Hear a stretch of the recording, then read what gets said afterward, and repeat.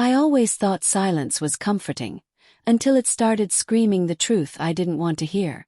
It began with a text message that wasn't meant for me. A Thursday evening, dull and gray, with rain tapping on the living room window. I was halfway through fixing a leaky pipe under the sink when my phone buzzed on the counter. Flight to Paris confirmed, red heart. Can't wait to see you again. I froze, the wrench slipping from my hand and clattering against the tiles. It wasn't my message. It was hers.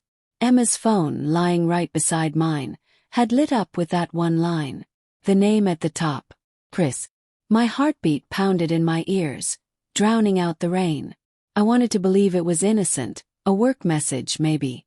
She was a travel photographer, often jetting off for assignments. But the heart emoji. Can't wait to see you again. No client writes that. Picked up her phone. My hands were shaking. Of course. Emma had started locking it months ago, saying her editor was strict about confidentiality. I'd never questioned it. Trust had always been our quiet language. Until that moment. When she came home later, humming softly, a paper bag of pastries in her arms, I watched her like she was a stranger. She kissed my cheeks, sweet and casual, but I could feel my skin crawl. Hey, you okay? She asked. You look pale. Yeah, I lied. Just tired. She smiled and went to unpack her things. I stared at her, every movement so familiar yet suddenly foreign. The way she tucked her hair behind her ear, the way she always hummed when she was happy. How long had she been humming for someone else? That night I couldn't sleep. I lay awake beside her, listening to her breathing, steady and soft.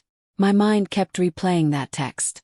I thought about confronting her right then, shaking her awake and demanding the truth. But something stopped me, the small, stupid part of me that hoped there wasn't a truth to uncover. The next morning I did something I never thought I'd do. I checked her laptop. Her email was open. She always forgot to log out. The first thing I saw was an itinerary. Paris shoot, extended stay 3 weeks.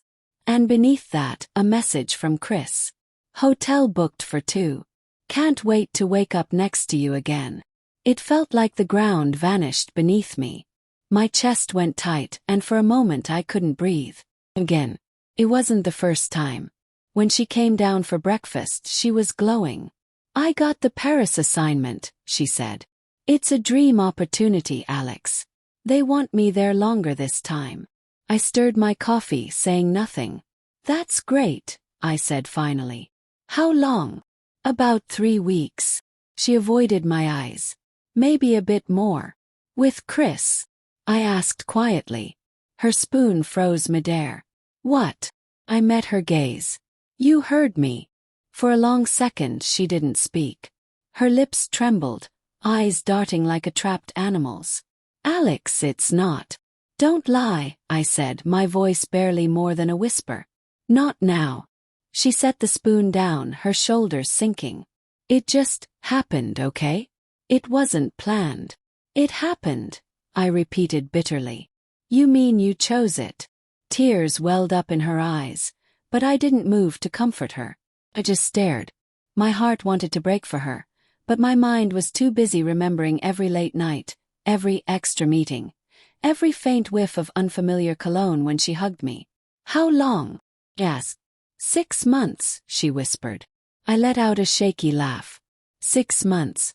While I was here fixing sinks, paying bills, and thinking you were chasing sunsets for work. I didn't mean to hurt you, she said, voice cracking. Chris and I. It was just. Don't, I cut in. Don't try to make it sound poetic. You lied to me. Every day. She looked at me then, face pale and desperate. I still love you, Alex. I swear I do. I stood up. Then you've got a twisted way of showing it. She left for her trip 2 days later. I didn't stop her. I didn't yell or plead or make a scene. I just watched as she packed her suitcase, her hands trembling, eyes red. At the door she turned to me. Please say something. I looked at her one last time, memorizing the woman I used to know. Enjoy Paris, I said quietly.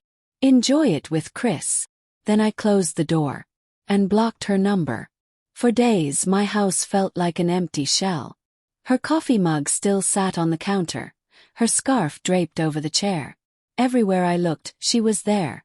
Ghosts of laughter, half-finished conversations, the faint smell of her perfume in the sheets. I tried to delete her photos, but my fingers froze every time. Instead, I started running. Mornings, evenings, late nights. It didn't matter. I ran until my lungs burned and my legs went numb, as if I could outrun the ache inside my chest. Sometimes I'd catch myself typing her name into my phone, only to remember she was gone. Not dead, just somewhere far away, living a lie she'd built with someone else. I imagined her in Paris, sunlight on her hair, camera slung around her neck, laughing with him in some cafe. The thought gutted me. But over time, the silence that once screamed began to whisper something else. You deserved better. 3 weeks later, I got an email. No subject line, just her name. I stared at it for a long time before opening it.